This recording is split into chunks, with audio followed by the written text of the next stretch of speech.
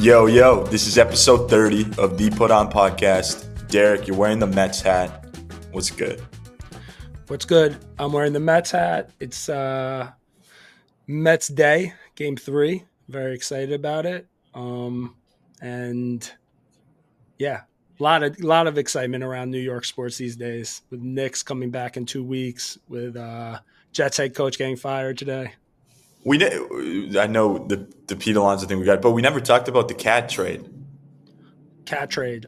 All in on the cat trade, as you could have imagined. Yeah, we never did Really, talk. like the getting rid of Dante, Julius. You have no problems. You're Well, all in listen, on cat. everybody that's a Knicks fan, I think, kind of had a similar reaction. It was like shock, right, when it happened. But the more you kind of unpacked it and digested it, you started to realize, like, wait a second, I think this was a great trade. The only piece of it that really was painful was the Dante part of it. I think Knicks fans Yeah, love Dante. he's a And dog. you're breaking up the Nova Knicks before they even really got a chance to do the whole thing together, the four of them. But Dante was just, there was no trade without including Dante. And with Randall, like, look, I think I'm like most Knicks fans. I had a very much a love-hate relationship with him. Um, at the end of the day, I always wanted to get rid of him just because I never felt like he clicked chemistry wise with the rest of the team. And I was worried about him in the playoffs. I mean, he definitely brought New York basketball back. He was definitely a tough guy, Yeah, but he just wasn't the right fit with this team. And now, going into the season with no Hardenstein, Mitch Robinson being injured, they needed a guy that could come in and play the five. And Cat is kind of like the perfect stretch five to complement Brunson. And it reminds me a little bit of the Porzingis Celtics move, just like having this yeah. puzzle piece that fits perfectly with the rest of the team. Do you think that this is a scenario where both teams got better? I think that the Timberwolves had to do it just because they're going to have to re-sign Ant at some point, and having Cat's salary on the books is just, it made it cost prohibitive. So they had to make the trade. And for the Knicks, if you went into the season, you weren't going to be able to make the trade and get that, that caliber of a player. So I do kind of think it was win-win. I think DiVincenzo is going to be great for them. And I think that, if the Knicks can stay healthy, I think they have real championship title aspirations this season. I mean, you're smiling, but, like, could you argue that? No, we'll get into that down the line. It's Pete Alonso, man, that was fucking wild. You're a Mets fan. Where were you? Like, Yeah, I was at home. I was actually had family over, and then they all kind of started to leave as the end of the game was happening, and it ended up like I was sitting on my couch by myself. My oldest son, went to sleep, and I put him into bed, and he was like, just like, "I'm bummed, Dad. Like, season's over." And I was like, "You never know. Whatever." Go downstairs. We're down 2 runs going into the ninth. Lindor, who's just been the MVP of the team, and I think is like the MVP of the league, if not for Ohtani. Um, Huge walk. Nimmo gets the hit, and I swear, Cal, like, listen, Alonso's had a really bad season. He's been like slumping, whatever. This was yeah, quite literally could have been his last at bat it in a it Mets was uniform. Yeah. 100%. It would have been his last at bat. I swear I had a premonition. Like, I was visualizing him hitting a home run before he hit it. And then when he hit it, like, what a magical moment. I mean, that's like one of those moments where you're like, this is why we love sports. It's just Yeah, improbable. And the Mets have had a lot of improbable wins over the last couple of weeks. And then they go out and they win game 1 of this Philly series, and then they probably should have won game 2, and Vientos hitting the home run in the ninth. So every single game has been crazy like that. But the other funny part about it was just that we had this clip of Andy Chavez, right, set Yeah, to linger that we dropped the next day, not even knowing that this was going to happen. And I woke up that morning and I'm like, we need like a Pete Alonso linger edit, ASAP. yeah, And obviously, right away, there was already, they already had those up on TikTok. I know Spasta made one, our buddy, and yeah. um, and so the timing of it all was just very coincidental and funny, but great moment. That was that was one. Yeah, that was one of the best. That will be one of the best moments in playoff baseball that I can remember in the last 5 to 10 years. Like that was crazy. And yeah, it was definitely Pete Alonso's last at bat. I think everyone's talking about, are the Mets the team of destiny? Like it's 1-1 in that series. Philly's a great. Philly, I had the Phillies against the Guardians in the World Series before it all started. I think if any teams take down the Phillies and the Mets get through the Phillies, like, yeah, the World Series is I mean, the close. Phillies are super tough. Like it's going to be this is going to be a crazy series and a really tough one to win, but it does feel like they're a team of destiny because in any other scenario, like Mets playing a doubleheader against the Braves to get into the playoffs, they lose that game. They don't come back. Lindor doesn't hit the home run in the ninth. Then playing in the NLDS against the Brewers, we don't win that game. Like 10, Yeah. 10 out of 10 times we do not win that game. So it feels that way. I think the thing to me is that like this season is just gravy at this point. Like it feels like we have nothing to lose at this point, and so that's why I feel like the Mets are so dangerous.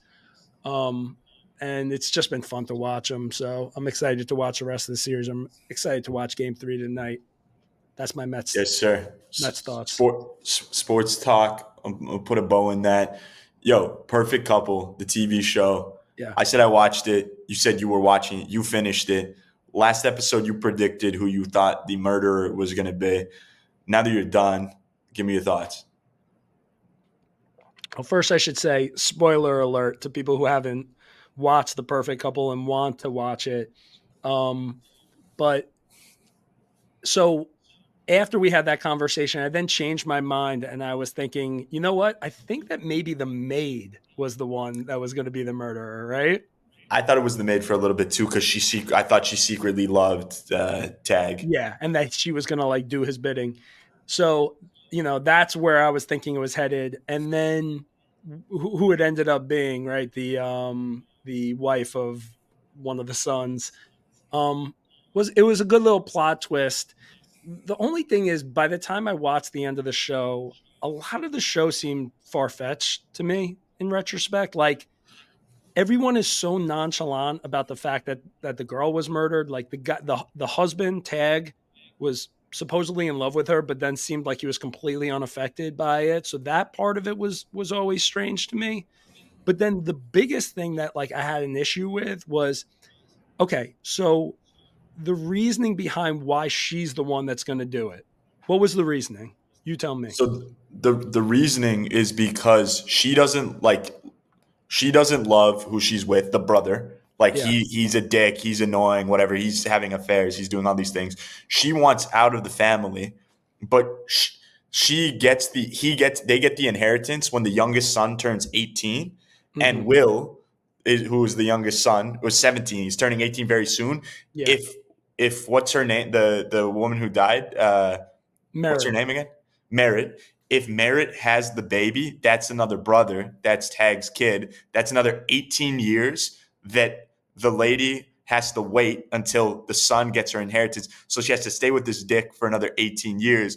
Instead, she wanted the money inheritance right away. She wanted to take him for half of what he's got and then leave. That's Okay. Right. Exactly. So here's the plot hole. They claim that Will is turning 18 in a few weeks, right?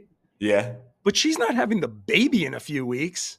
She's telling him she's pregnant for the first time. She doesn't look like she's like 8 months pregnant, right? She looks like she's like 3 months pregnant. So how would it actually like if she doesn't have the baby before he turns 18? That doesn't make sense.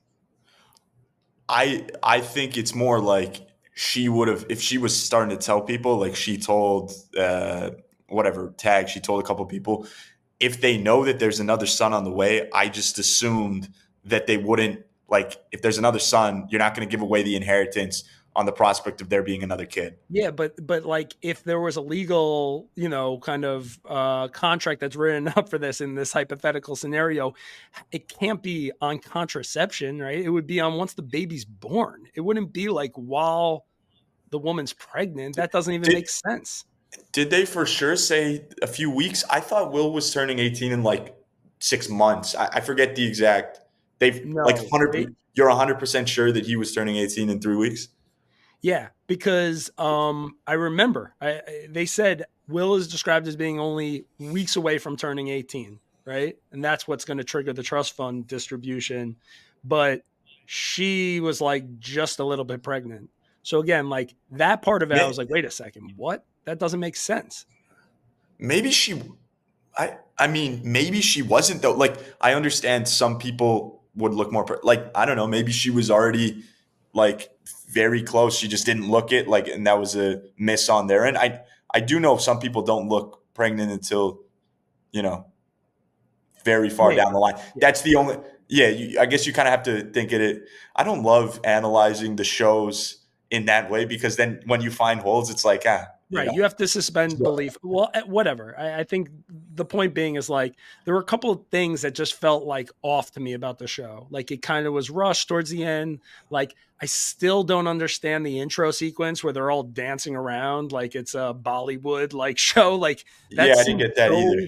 That seems like such a weird vibe, like to have in the intro sequence for a murder show. Like I didn't follow it, and yet I watched the whole thing. So Yeah, it's an interesting watch. It has, like, not that it was the best show in the world, but you want to watch the next episode. Like, you want to see what happens, even though there are probably some holes in the show. And I will say this, like when you do a 6 show series, it does make it, you know, easily consumable for people. Like you're like, okay, I When it's only have that like two short, yeah, episodes left. I might as well just watch it. Whereas like you have a 12 episode series, you're like a lot of times you're just going to drop off after the first 3 episodes if you're not hooked. true, true.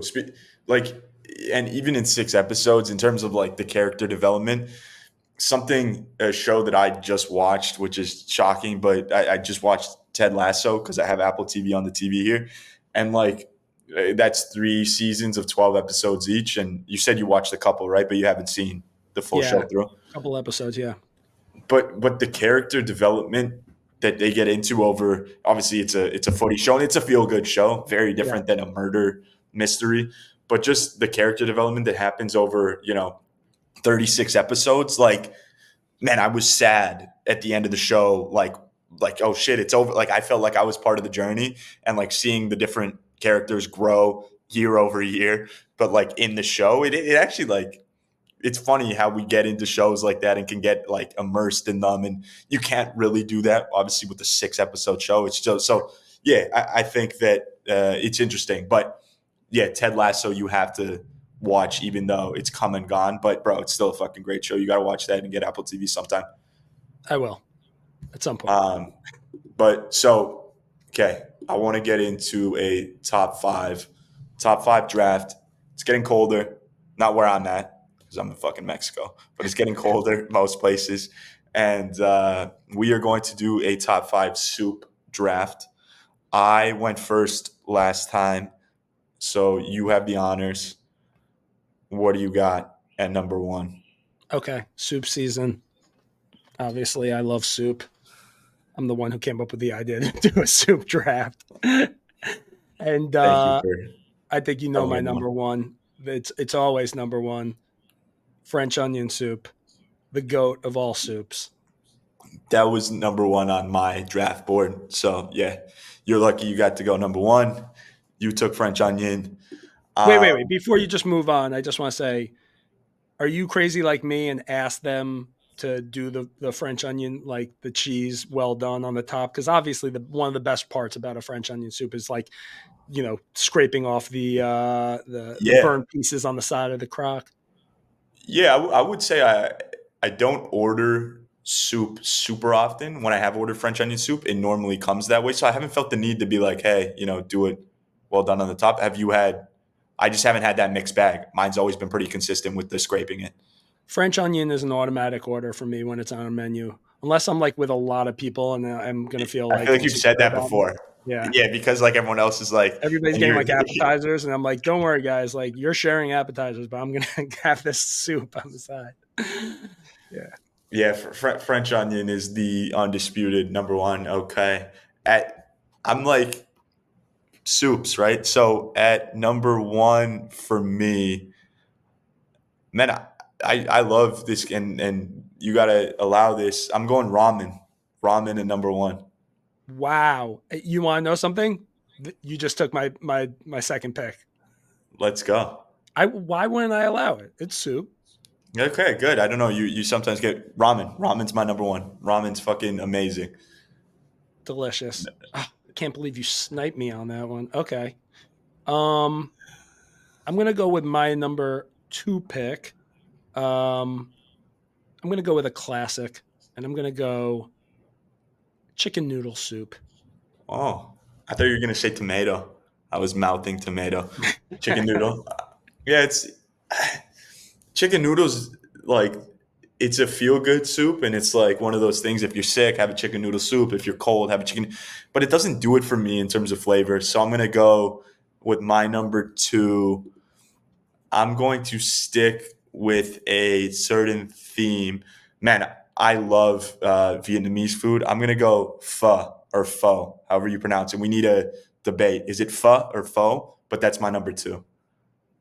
I knew you were gonna go international very quickly. And when I was going through all the different soups, I was like, Cal is definitely going to say that. I don't know how it's pronounced, but okay. It wasn't on my board. That's great. Have you not had a lot of? I have, and it's just not like a go-to soup for me. So I don't know what to tell you. That's how it is.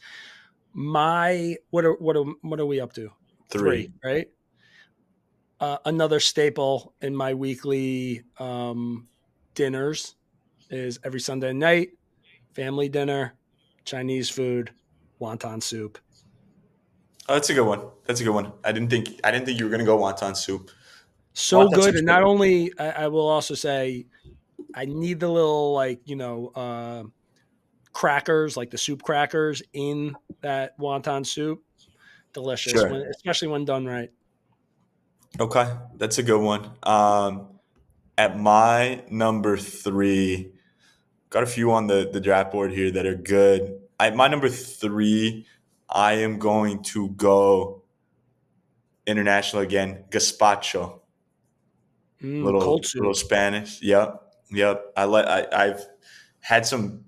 It's hit or miss for me, but I've had some great gazpachos, and it's got to be my number three. Okay. Um, you know what? I have matzo ball soup here, but I kind of feel like that's chicken noodle soup. I should have just included the matzo ball in the chicken noodle soup. Whatever, that's fine. I don't want to like be redundant, so I'm gonna go in the four spot with mushroom barley soup. You ever fuck with a mushroom barley? Nah, nah, nah. You wouldn't No, catch me. You wouldn't catch me dead eating it mushroom is kind barley of soup. grandpa soup. It's definitely grandpa soup. I love mushrooms, and I don't know, something about the texture of barley Oh is, my stomach hurts just thinking yeah, about just it. thinking about it. Yeah, yeah. It's hearty. It's Mushrooms. hearty, but it's good. It's a good one. Okay. Not my thing. At my four, this is a classic. I'm curious, and I think we might have talked about this before, way back in the day. My four is Italian wedding soup.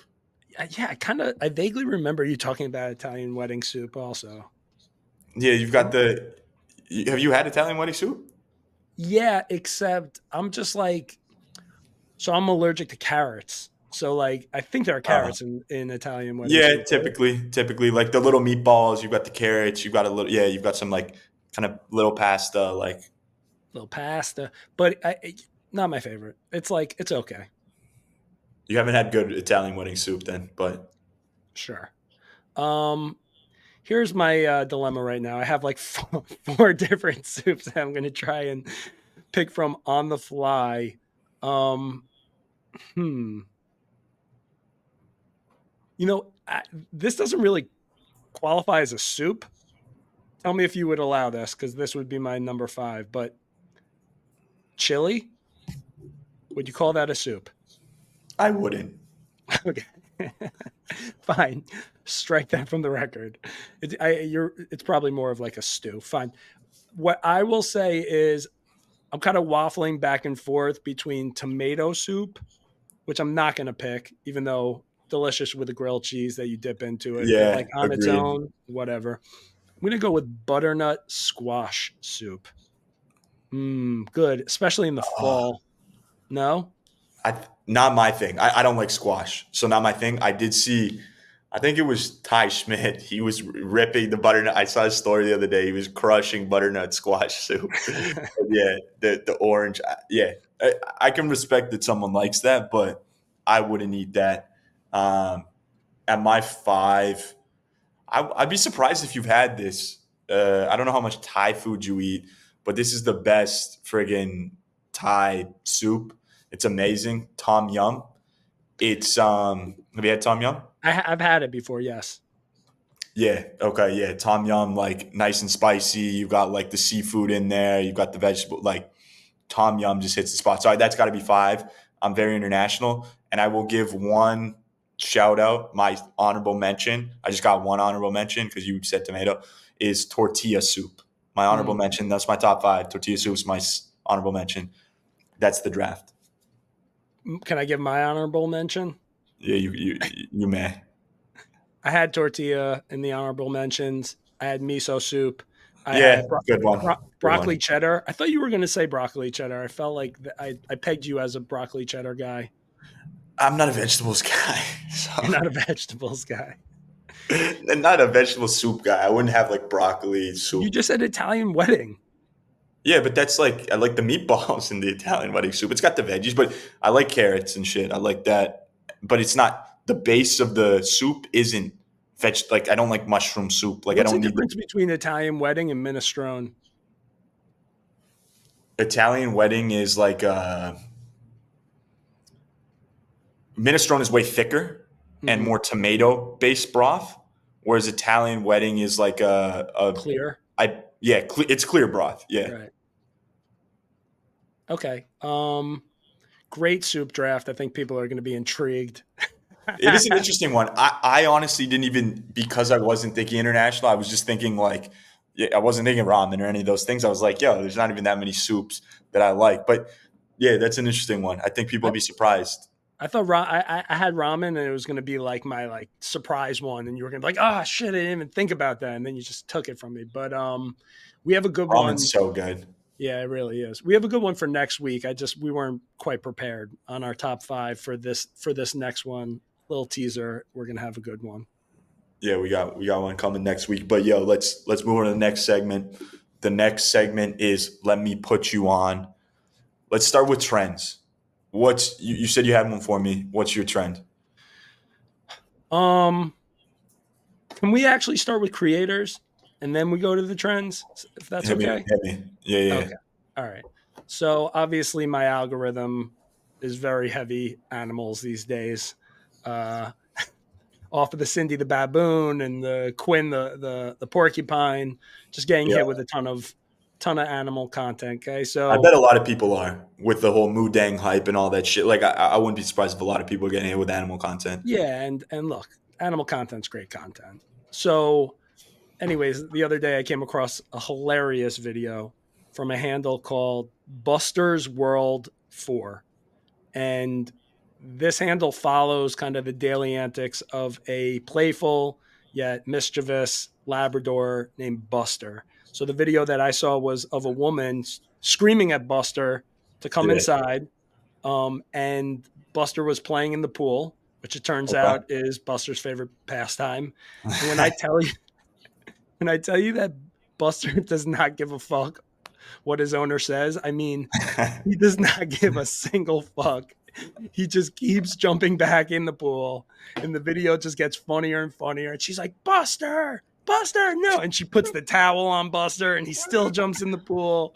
And so I went down the rabbit hole on Buster clips. And the long story short is he's a hilarious dog who's just very The, naughty, very defiant, and he openly throws fits when he's told to do something that he doesn't want to do. Like for example, when the owner will tell him to get out of the pool, he'll sometimes take his paw and slap it on the water, almost as if he's like, "Come on, I'm not going anywhere." And funny. I was just watching a ton of his clips. Love Buster the dog, the The, Labrador. the dog ones are good. Dogs are such a feel good animal, and especially if it's got a personality. I gotta check that out. I've never seen it. I'm gonna send you that specific clip after this. You'll die. So funny. So that is one handle. Do you want to do one, or do you want me to go to Yeah, my next one? we'll go back and forth. Yeah, you go. I've got one. So this creator, uh, DJ Comerford TV is the on TikTok, and he actually doesn't have that many followers. He's got maybe like 10,000. So this is a low key guy. Steve would be proud. But this guy, I love his content because he essentially does sketches and skits. My favorite ones are the lyric ones. So he'll do like genius lyric descriptions, and what it'll do is he'll take like rap songs. So he'll take a young boy song, for example, and he'll go like, you know, he'll say the line like trying to hide from the cameras. I ain't going outside today.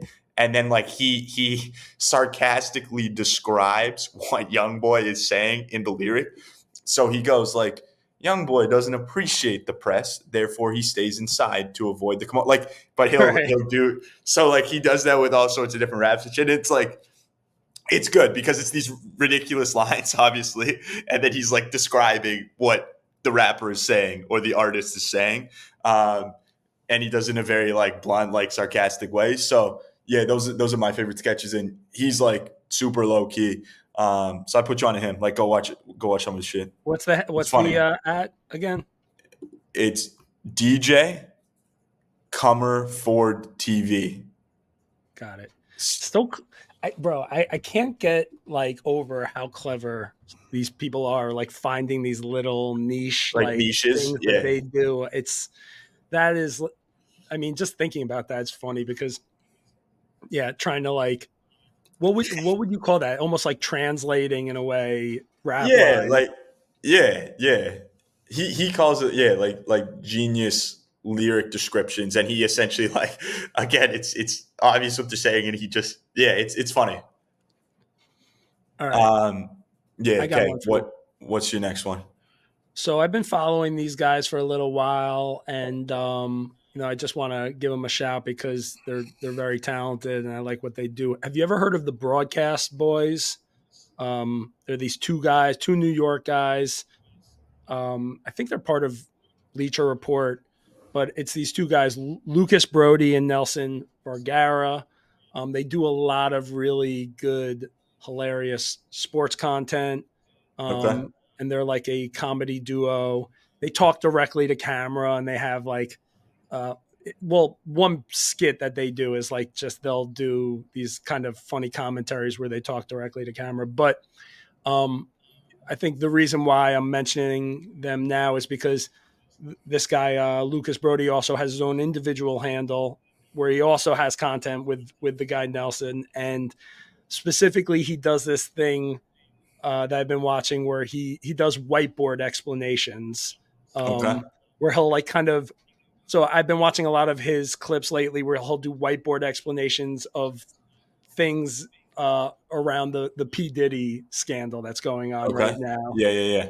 and basically like he'll have all these names and he'll like do like connect like, and Yeah. Like it's an amazing kind of like storytelling thing that he does on these whiteboards, and the ones about P Diddy are so crazy. It's like they're batshit crazy if it's all true, and if it's not, it's still wildly entertaining. I know it's kind of like speculative because he's got to yeah, go of have his day course. in court, um, but it's just like it's so funny watching him go from like name to name and like explaining how they're all connected, and he's talking about, you know, the 1,000 bottles of baby oil, Yeah, yeah, yeah. and and he's got like this one that he just put up where he's talking about Ashton Kutcher, and he used to be with Brittany Murphy, and like Yeah, yeah, yeah. there's a lot of stuff in there that, like, again, if it's true, it's really just like wild. But So, but he is using like it's it's logical, like it's evidence that like obviously Aston Kutcher has the relationship, so he's not joking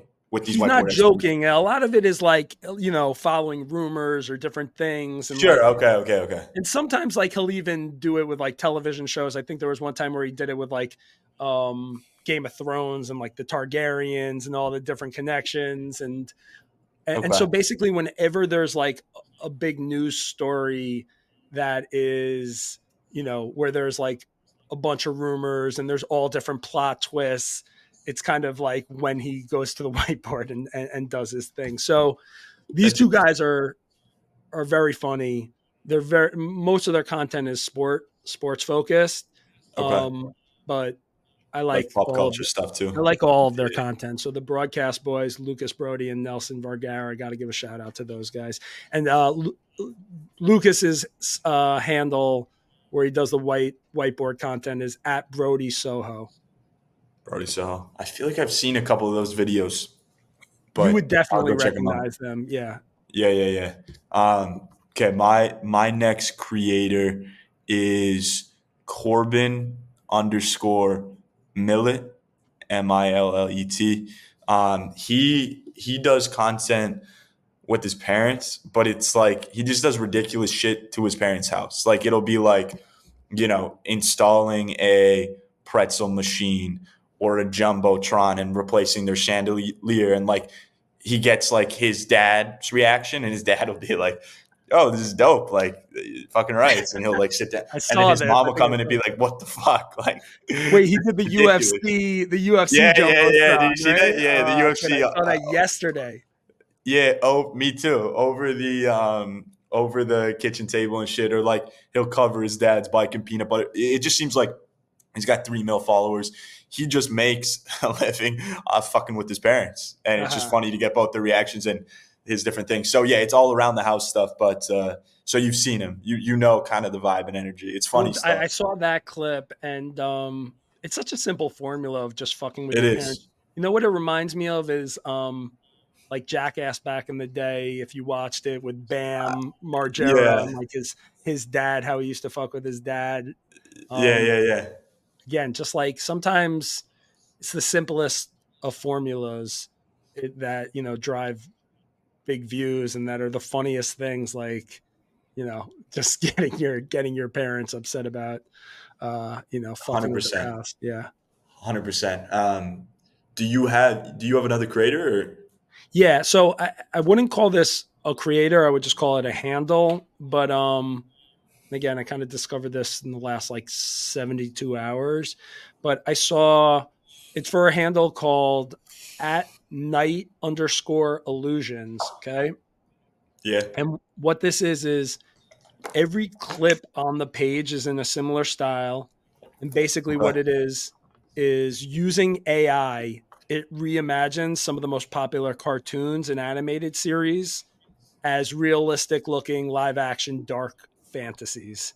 So Hmm. what they have is like they have clips for Family Guy, The Simpsons, Super Yeah, Mario yeah. Brothers, Futurama, South Park, Bob's Burgers, SpongeBob, and each one is super creepy. It's like realistic looking of the characters, like retro looking, and it has the same eerie sounding music, but they're all like very surreal and captivating. I was trying to figure out how to describe it, so I chat GBT'd it, Interesting. and Yeah. they said the style of the clips are dreamcore or weirdcore. Sounds like made up words. Yeah, they do. Um, but like if you watch one of them, you'll be like familiar with this AI style. You know, like you've seen this Yeah, style yeah. Okay. before, Okay. but each one is is very creepy. but it's also cool to like see cartoon characters or animated characters as like the human versions of Yeah. them. And so you kind of go through all of them and you're like, each one is kind of interesting. Yeah, Dreamcore, Weirdcore. I'll check that out. That's funny. I've never. I know that I feel like I know the eerie sound you're talking about, but I haven't seen any of the cartoons or shows that you just talked about. So I'll check it out. I have a trend for you Go for it. that you said you hadn't seen. I can't. So there's different ads, but like if you just look up LinkedIn lyrics, you'll see what I'm talking about. And bro, it's friggin' they use people on LinkedIn, like their names, Okay. to songs. So it'll be Oh, I've seen like that too, bro. I like know what you're talking about. Yeah, yeah, yeah. it's like how long, and it'll be a guy like how long, and then will I slide shepherd, and it plays that song, and that's like the OG one, but they've done it for so many songs, and I like, saw the bro, Pearl Jam. Because like yeah, all the Pearl Jam songs are like completely incoherent. So like it sounds like people's names, and they've found they like people who have the yeah, names. on LinkedIn, yeah. Yeah, Yeah, that trend is fucking bro. Every time I see a new song with the people's names, I'm cracking up. I always feel like the person who came up with that idea should be like a billionaire. You know, like think about how I clever you know, have to be but to think that up. I know, but it's one of those things where like, sure, maybe they can monetize their social or whatever, but like, I mean, you can't make that much money off being a fucking person No, versus something. I always think the billionaire. Do you? This is my childhood, but do you remember the fucking silly bands? no. They were like these like rubber bands that were shaped as like different animals, and you could Oh wear yeah, them. yeah, And I you do look at, remember those. I remember yeah, yeah. those. Yeah, yeah, Bro, yeah.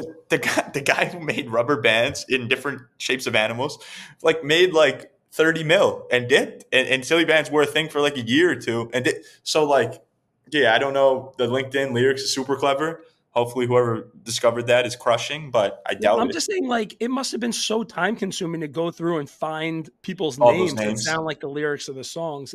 The one thing that I'll say is on the silly bands tip, man, I forget what they're called now. I have to look them up. But my kids, both of my kids right now are addicted to this thing that they have.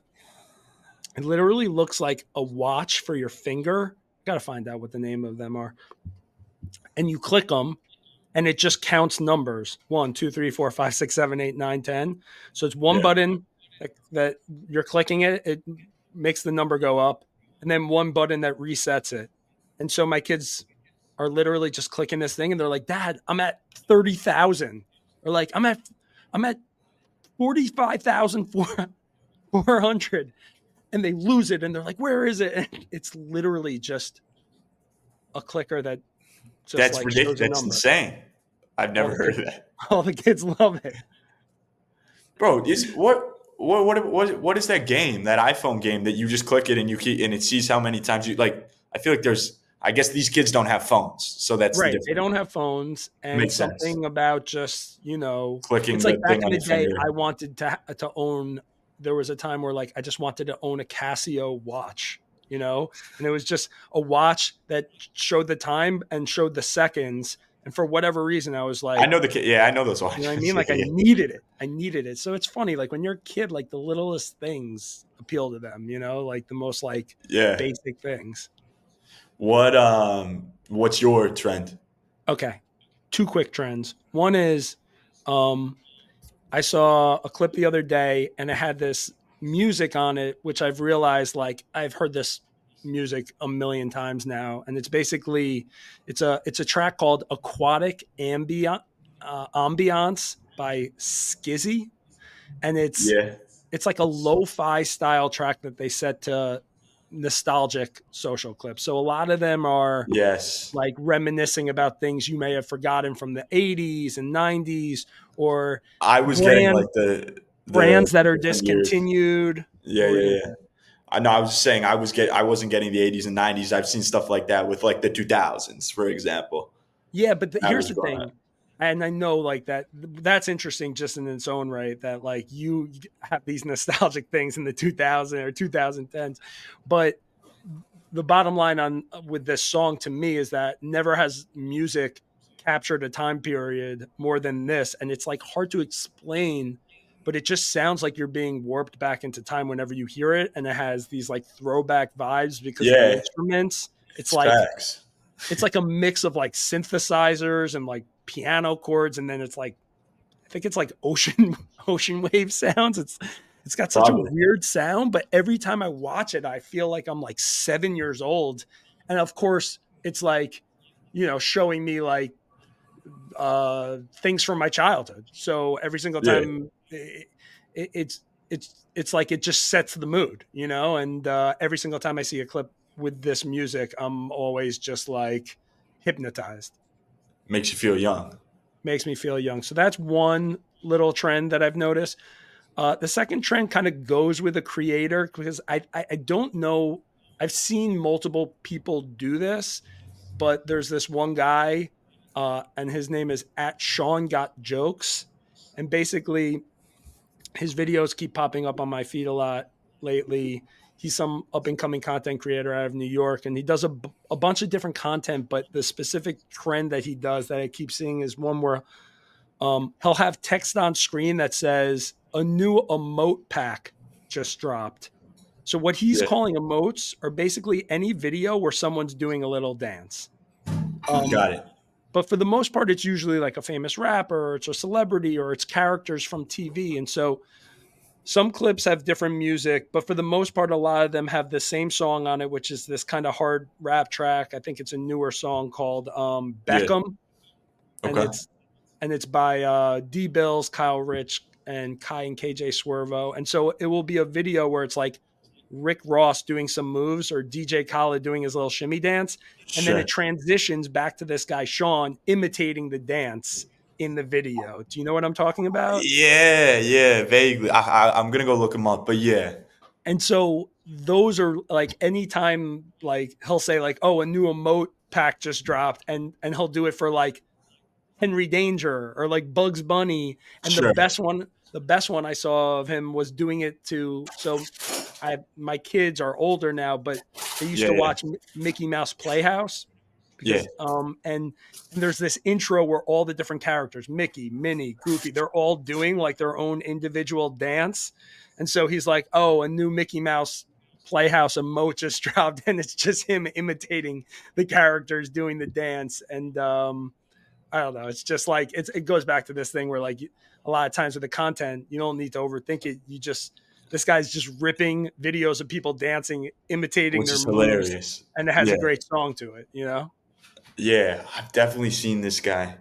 I know what you're talking about. Yeah, he's legit. Dude, I gotta go look that up after. Okay, so that's the creator, and then you also have a TV show. Okay, yeah, I have a TV. Well, I don't have a TV show. I had one that I was gonna put you onto, and I'll just mention it because I'll probably talk about it the next time. I've only seen one episode of it. Everybody's been telling me to watch it, so I finally did. On Netflix, Nobody Wants This with Adam Brody and Kristen Bell. What's Um, the what's it about? Just like super. it's hard to kind of tell what it's about, other than it's this single girl, Kristen Bell, and it's this single guy, Adam Brody, who had just gotten out of a relationship, and Yes, basically they yes, fall for each other. And Adam Brody is a rabbi, and he's like a not your typical rabbi. And just first episode, just really witty dialogue, like simple premise, but I could already tell like I'm gonna go through every episode of this, and so I want to talk about it once I have more, once I've kind of watched the entire season of it. But I really really enjoyed the episode one, so I'm already invested. So that's the show. But then what I really wanted to talk to you about was um the other day, uh SNL was on, yeah. and there was a skit by the Lonely Island crew, or at least two of the three of them. So Andy Samberg and Akiva, the I'm guy on a Jorma boat. wasn't there. Yep, they returned to SNL for the first time in 6 years to debut their digital short Sushi Glory Hole. Okay. And I don't want to give too much away, but the gist of it is it's a rap video where Andy Samberg and Akiva play businessmen who are pitching their idea to a group of skeptical investors, and their idea is sushi being fed through a hole in the wall like a like a glory hole. And so I have to put you onto it because of three reasons.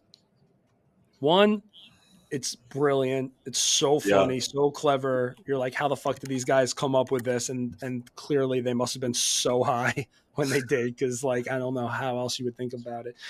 Secondly, the Lonely Island crew is, in my opinion, one of the most under the radar yet prolific comedy groups of all time. And I feel like they were kind of pioneers for popularizing comedic social content, right? With their digital shorts. yeah. So like Lazy Sunday and Dick in a Box and some of these things to me were kind of like the precursor for a lot of the social content you see now on TikTok.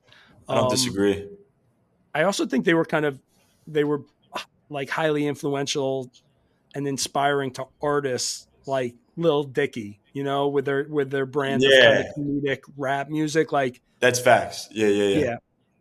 And lastly, I had to mention it because the concept of a sushi glory hole, like when you watch it, it happens to be hilarious, and it just reminded me of our half baked ideas. So I think you'll appreciate it.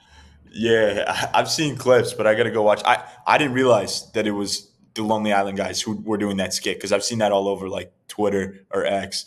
But yeah, because the last time I would watch those guys was like grade 7, grade 8, like Uh-huh. dick in a box on a boat, like oh yeah. So Lonely Island, that's crazy. That Just to think me about feels like nostalgic. it is nostalgic, but just think about like what a glory hole is, and then it's like their I idea don't is a want to guy think about that, but going into a it bathroom stall and somebody putting like a piece feeds some of sushi. omakase style like into the. It's so That's funny. crazy. That's funny. Um, Yeah, okay, so put ons, put a bow, half baked ideas. I'll go. We've been doing the half bakes lots. yeah, I, do it. I still want to go through. I still have a note to go through and rank them, like from top to bottom through our Yeah. 30 episodes now. But my half baked idea has to do with it's actually a TV idea. Um, and I feel like I don't know if we talked similar to this before, but it's essentially like a streaming platform where that is crowdsourced, where like you've got the actors and the individuals teed up and ready, but the community or the individuals who are watching the show get to contribute and write certain plot twists or other storylines, develop new characters, etc. And like see, no one knows what's going to be included or not, but like there'll be an element of okay, Derek writes in whatever you think, like yo, to this episode 3 we should add this character or whatever, and like it should do this, and then like 6 weeks down the line you watch a show and fucking that's in it. Like I think it's just be so dope, and it's not very easily accessible to like contribute to a TV show, but less people watch them. So that's very half baked It is very heavy. It's like a pick your own adventure, but you're saying like TV show kind of stuff. Yeah, crowdsourced now. And you know, I'm thinking like it just might not be, like it's cool that it's interactive in that way, but like, is it going to make for the best show? yeah. I don't know. Probably not, but we still have a lot to figure out. It's in very. It's not even in the oven. We're not. Right. We haven't even half baked it. Right. It's But yeah, in the infancy stages. Okay. Well, it's interesting that you are talking about a crowdsourced idea because I have a crowdsourced idea also. okay. Okay. And So off of our whole debate last week on the restaurant tip and Yelp and my you know my tendency to do some diligence yeah, before going to a restaurant, I was thinking about um something kind of in that vein, and what I realized was I wish there was, and so this is the idea, I wish there was an app, um and I'll give you my name for it. I'll just tell you now. It's like kind of like a menu must haves, right? And Sure. it's like an app that provides users with the I know where you're signature going. dishes Yeah, yeah, or yeah. the top voted menu items from each restaurant. And so, again, when I go to a restaurant or I order from one, sometimes I just want to know what's the best dish there, the one that they're known for, right? Like, so So have basically, go have ahead. you not been to restaurants that have that on the menu? Um, that Not many, but says like this is the like signature dish. yeah, like signature dish. This one is the best appetizer. Like I've been to restaurants where that again. There's not many, so I'm not discounting your idea. I'm just saying, like, have you never had that before? Yeah, no, of course I've been to restaurants where they're like, this is what we're known for. But I'm saying, like, again, for the purposes of fact finding and like knowing what you're going into, this is aggregating all the restaurants and then it's basically crowdsourcing the best dishes at each one. So like, Interesting. Okay. people are able to vote like this is what they're known for.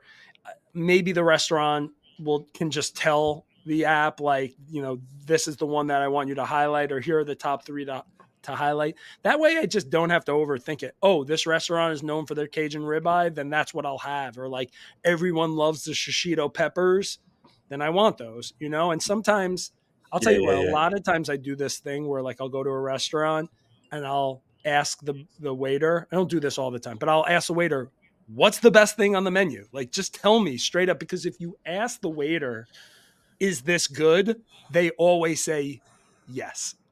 That's not the right strategy. The strategy For is to be sure. specific and ask them, what is the best item? My wife always I, does it. She's like, is I this good? What do you think the fucking waiter is going to say? No, it's no. Yeah, terrible.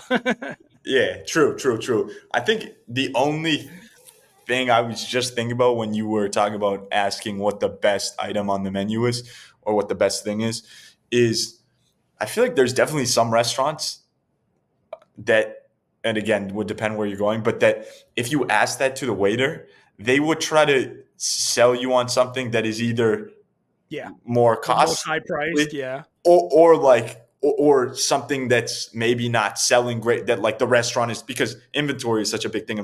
I just don't know, like good Well, here's the establishments would. thing.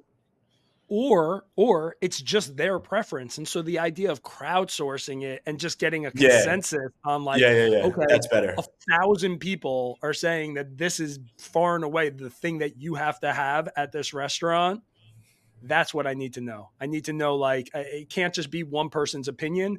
It's like, okay, there's a lot of proof that this is the thing that I should eat when I go to this restaurant. So that's all I want. I just want to know. I like Every that. fucking restaurant, just tell me what your number one dish is. I like that. I like that. That's a good idea. I'm down with that. Yeah. What remind me the name? Menu must-haves. When you first said it, I thought you said menu mustache. Menu must-haves. Got you. It's not a great name, actually. I just needed like some sort of name. I was trying to come up with better names. I Spend a lot couldn't. of time on the name. I don't love this Remember, name. everyone needs to remember that you're a name first, idea next. Kind of, the name's got to be good for the idea to be good. No, well, the truth is, I came up with the idea first, and then very quickly I started thinking about the name before I started trying to flesh it out. Yeah, spend more time Idea on the first, name to begin with than name the second. idea, Yeah, but more time, emphasis on name. totally. Well, man, that's episode 30 in the books. How do you feel? I feel like we've got a nice little momentum going, and I'm glad that we got to 30. It was a big milestone when we got to 10. It was another milestone when we got to 20. I can't wait to get to 40, 50, 60. Hopefully we could hit 100 in the next 7 years.